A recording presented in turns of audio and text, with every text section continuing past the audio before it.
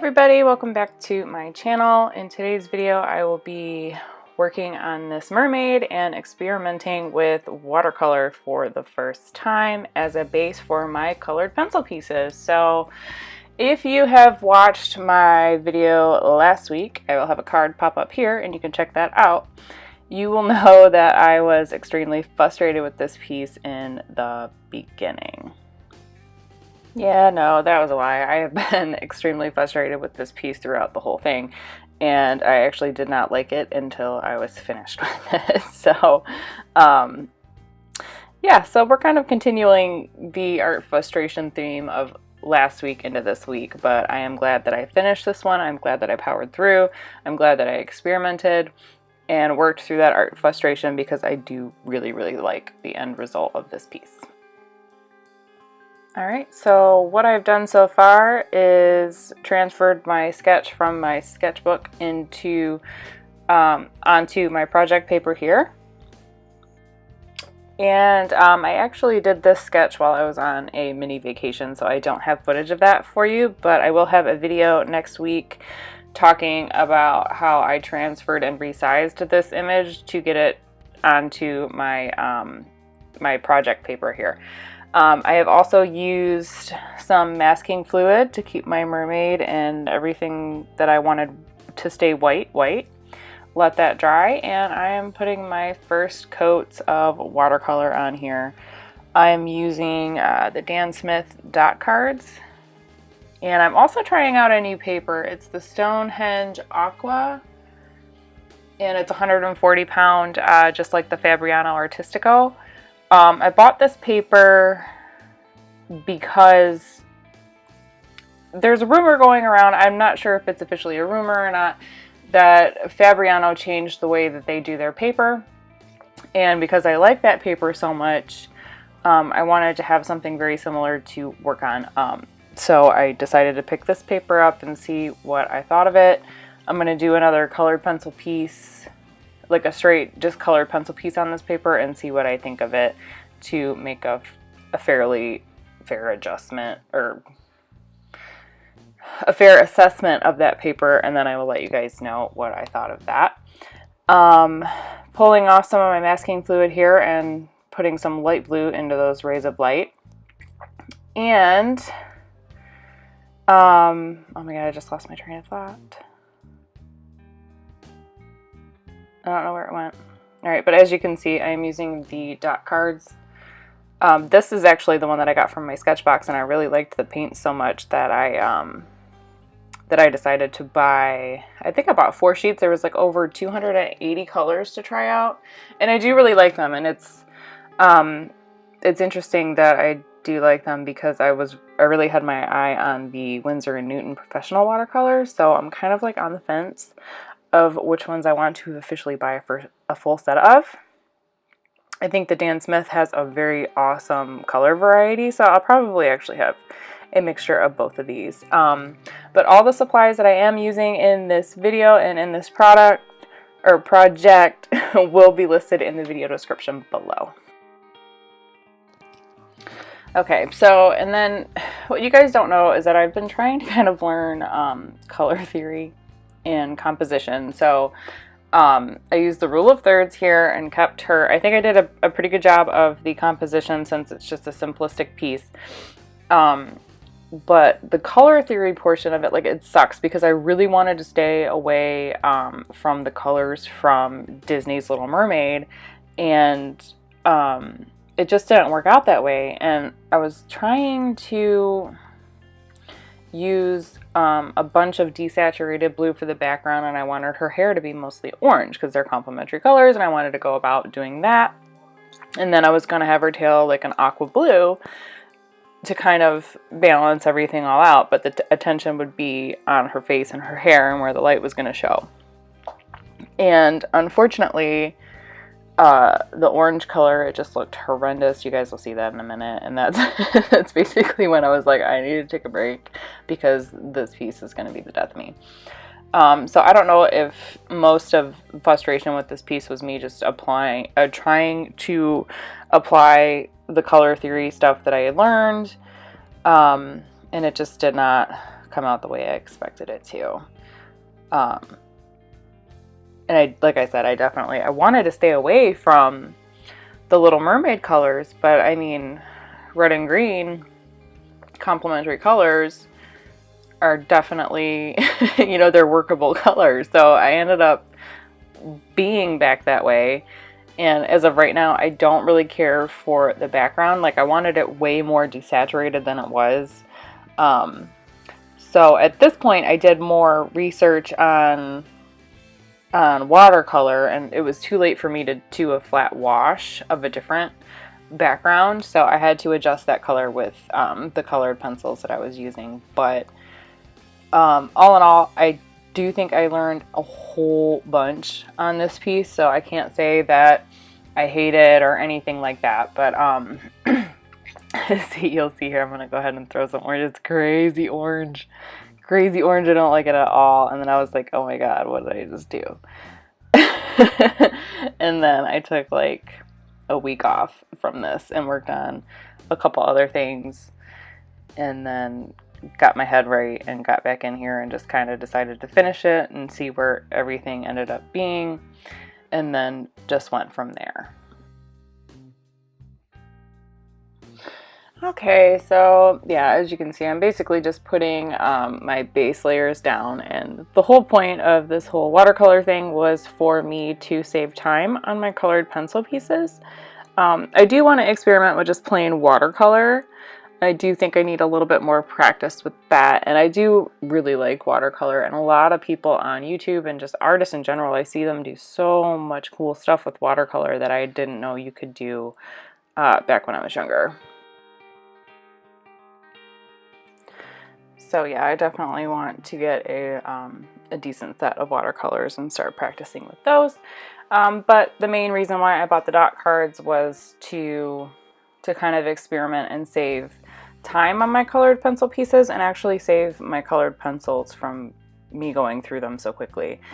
And this right here, this is me trying to actually pull some of the color off, because I just felt like it was just too saturated and I wanted it a lot more desaturated. It was way too blue and I wanted it more gray and dark. It didn't do what I wanted it to, but I was able to lift some of the color off, which was awesome.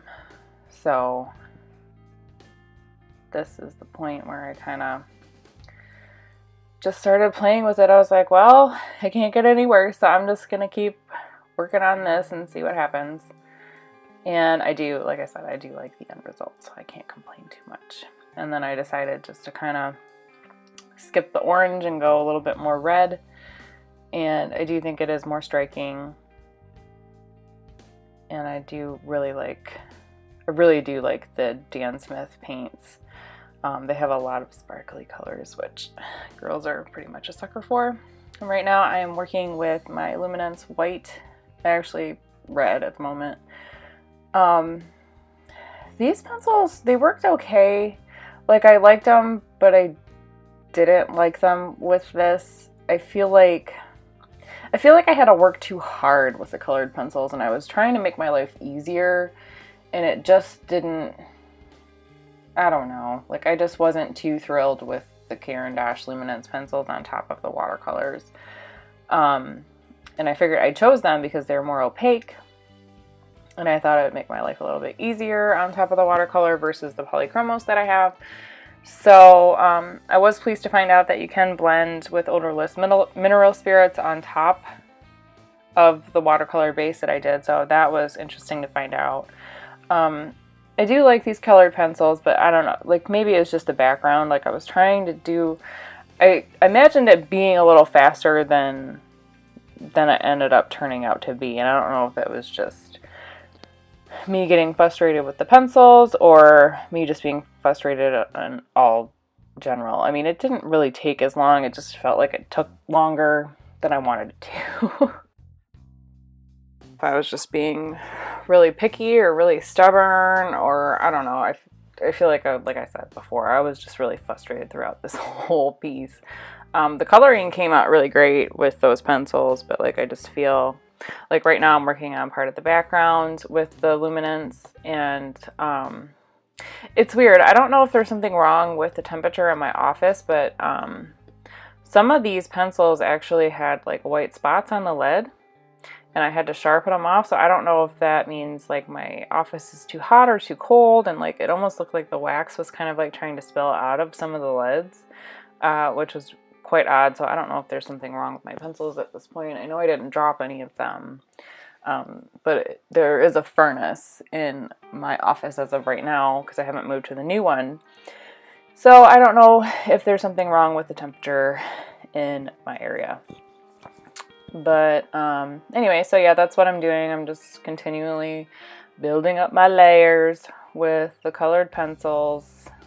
And it did save time, and it did save me a lot of sharpening and wasting my pencil. So the end goal for what I wanted to do was actually successful. Yep, so that's what I'm doing at this point, just continually trying to adjust the color of the background, and I'll blend out with odorless mineral spirits at some point here, and then I decided to switch my pencils. And I decided to switch to the Derwent drawing pencils because all the colors that I needed were basically in that set. I think I only used the three. I think I used ivory black, ink blue, slate gray, Payne's gray, and the white.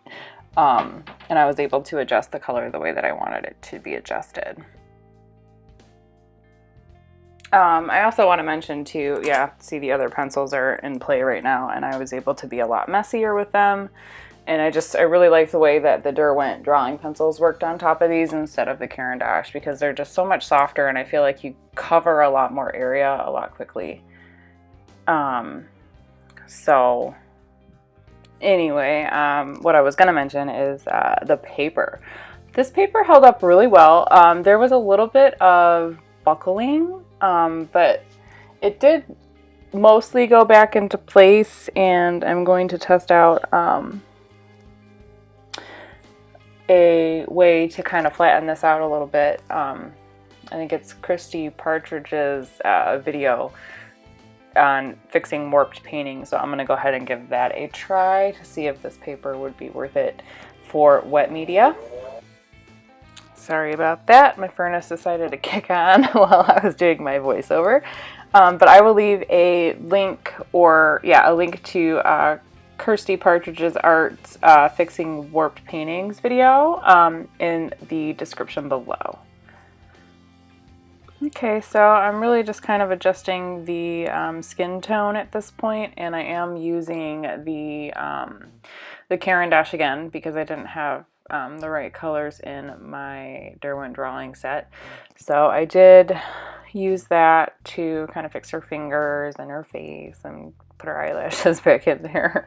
And then I'm kind of adjusting her hair a little bit and just making small adjustments and really just experimenting with this piece. And that's when I really just kind of decided to let go and just kind of do what I wanted to do. It got a lot more fun. So towards the last hour and a half of working on this, I think it was way more fun than I started with. And that's, you know, it's really not that, it seems like it was in a really ugly stage for like a really long time. And when you finally start to emerge from the ugly stage, it just kind of blossoms and you don't want to stop working, and you just want to keep working until it's done. And that's basically what happened to me at the end of the project here. And here are those Derwent drawing pencils again. I'm going to go back over it with the grays, and the ink blue is a little more desaturated, so I went with that. And then I put a lot of the black around behind her, so when the light was hitting the actual subject, there'd be some contrast to focus at, and your focus would be where I wanted your focus to be, and that's kind of her and her face and her hair area. And I think the rule of thirds really helped me out there. So that was the rule of thirds and the contrast that seemed to help me. I did order a book on color theory, so I will be putting more of that into practice.